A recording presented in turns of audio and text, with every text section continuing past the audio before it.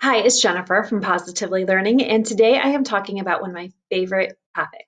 It's all about using task boxes. And when I'm referring to task boxes, I'm thinking of independent work systems, whether it's independent centers that your students are using throughout the school day, or you can use these for performance tasks to work on IEP goals and objectives, any type of system that your students are accessing independently.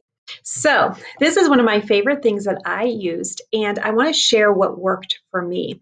I'm so excited about this that I actually have a set of 4 free task boxes. I chose these for the different varieties that are included because I wanted you to get as excited as I was.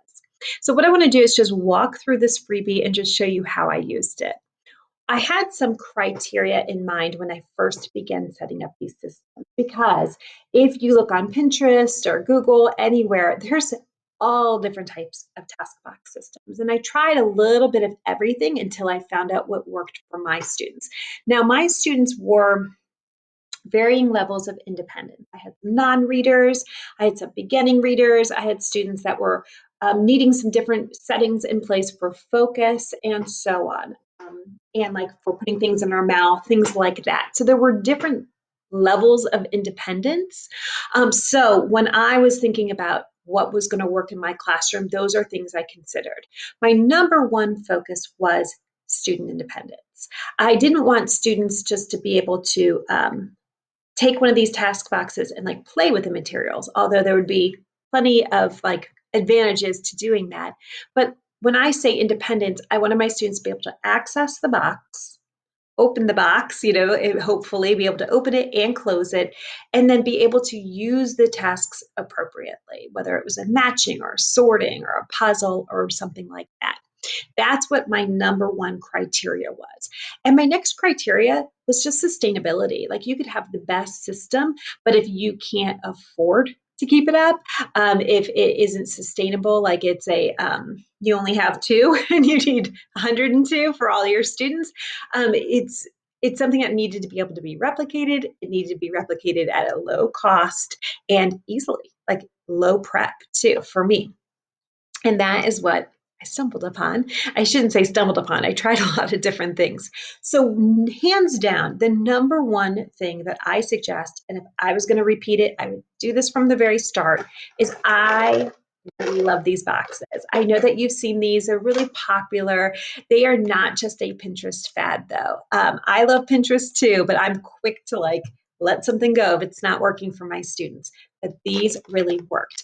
So the reason that they worked was, first of all, they're fun. They're the perfect size for individual, but also they're very easy to open and close. We never lost one. We never had a task box casualty from like rough opening and closing the box, and they always closed. My students were always able to close them. I also made it like a role of someone to go through and make sure they're all closed, but you don't even need that because they were able to close it right away. That's huge.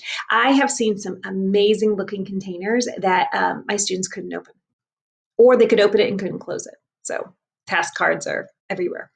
So this is the number one reason why I love this. The other reason is, I mean, it's cute, you have to admit, and it comes in all different colors. My students really love that, and they stack perfectly. I did ditch the suitcase that they come in. They come 16 in a case. I ditched that because my students were unable, at least at the time, to put them back in the suitcase and then to close the suitcase and click it closed. So we ditched the suitcases right away. We used a big tub, like a Rubbermaid tub, and just put these in there. You can put them in there without stacking, but the person whose job was to make sure they're all closed also stacked them for me. That was a coveted role in the classroom, trust me. All right, so I highly recommend those task boxes. So all of the tasks that I create, including in this free set, are sized to go in these 4 by 6 inch task boxes. If you do not like these, they don't work for you. Of course, you can use anything else, and you can use Ziploc bags, you can use file folders, those poly envelopes, whatever works. All right, so what I want to do now is download this free set to show you exactly what it looks like. Now, I have this set of 4 free task boxes that are designed for those photo storage boxes. I also have a growing bundle of task boxes. Right now, when I'm filming this video, there's 24 sets included. That is going to grow quite a bit, most likely double or more. The price is also going to go up, so I don't know at the time of watching this what the price is, but I will tell you that I have another set of task boxes that will be designed for holidays and seasons in the works. So if you want to keep an eye out, be sure to follow me because that will start off at a low price and grow as well. All right, but I love having these bundles because you have everything in all one place. All right, so here's the download. It comes in a PDF. These are as low prep as I could make them. All right, so I give some brief information on prepping them, how they're the lowest prep using the plastic storage boxes. Also, I put in this directions, but I just want to show it to you in person, is in for each task box, I also have a title card that could be put inside here and like put on the inside cover if you wanted.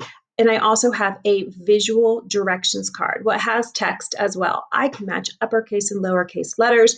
You see all the puzzle pieces. That's what it's going to look like when they open the box. And then the little transformation arrow to show what it will look like. So that's included for every single task box, a title page and a visual directions page. Those are optional. So let me show you what else is included. Okay, so I have a planning page, and if you go to this bundle and you download the green preview button, you'll see all the 24 sets that are in there right now. You'll see them look just like this. So you can get to know what these tasks are before you purchase to see if they're going to be just right for your students. And here I just put a brief summary of what the task is. Counting, numbers, fine motor, whatever it's going to be. This is for your notes for planning. This is where you might be jotting down student initials of which task is going to be matched up. The beauty of this is they're so fast to prep and you can make duplicates very easy. Whenever possible, I made it so that you could save ink, so you could just print on color, paper, or cardstock instead. I just mixed it up all different styles so that you can print these out and then you can assign them to whatever's appropriate for your students. Okay, so that planning page only has 4 sets because that's what's in the free set. When you open up the bundle, you're going to see several pages of this. You're also going to receive a task box tracking. So this is one student tracking. So this is like Jennifer's name is going to go up here. Here's the name of the tasks, how many they got right, how many they got wrong, notes. So that's up to you if you want to use them. If you're using them as centers, you probably won't use that page. But if you're using them as performance tasks, that would be really handy.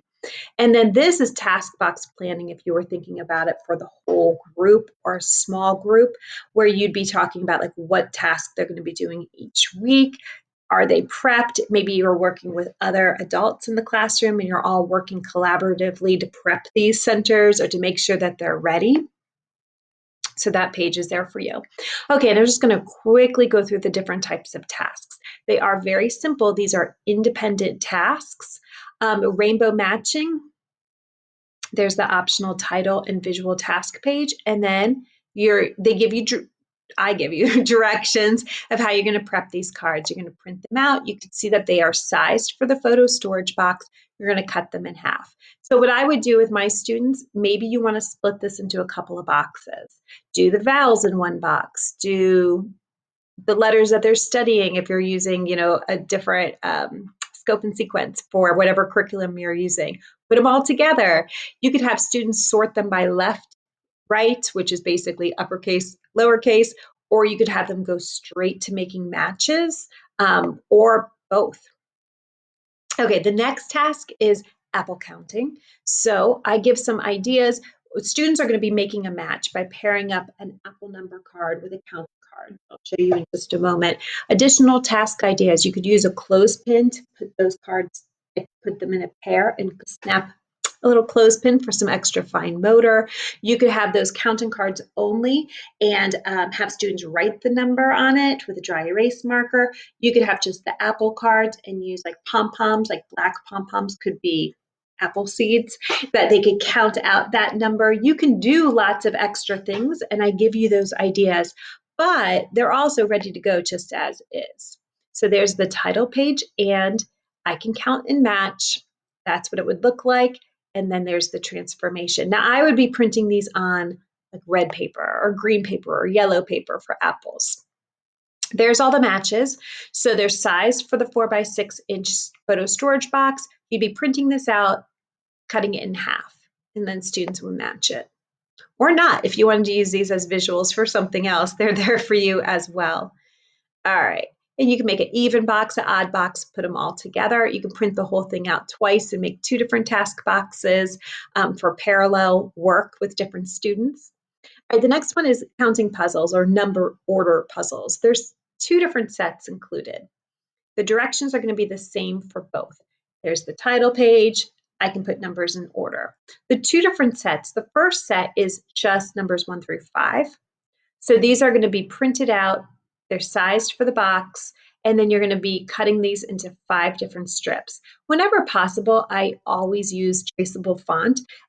You could, if you're laminating these, which I highly recommend, students could trace them with the dry erase marker. I always try to add fine motor whenever I see it possible, but it's not necessary either. You can read that legibly without that. Okay, so there's 10 puzzles that have numbers 1 through 5, and then the exact same 10 puzzles are right there, available in numbers 1 through 10.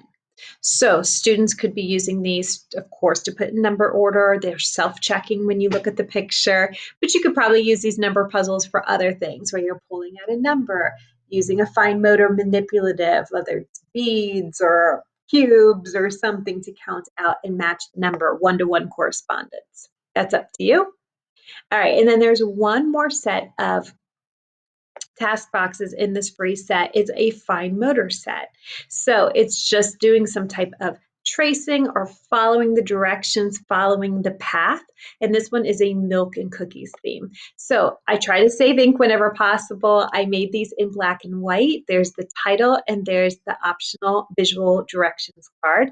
I can follow the path. Now, in this case, we're following it with our finger, but you could laminate these and use a dry erase marker instead. And there's just some different shapes. And the cookies and milk are just a fun theme, but they also give you like the starting place and the ending place. So they start at the cookie, end at the milk.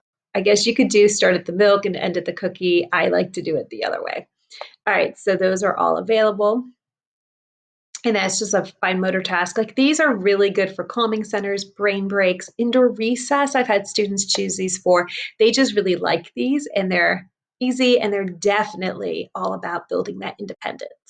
All right, so thank you so much for sticking with me. I know this was a long one, but I definitely wanted to give you some of the background information, hopefully save you time as well. I'm going to go back to this link and be sure to share it and let me know if you have any questions, and be sure to follow because that holiday seasonal one will also start off at that growing price and increase, and that way you will be able to have evergreen sets, which are the sets that you can use any time of year, plus the holiday sets. You're just going to be all set up. All right, thanks so much for watching.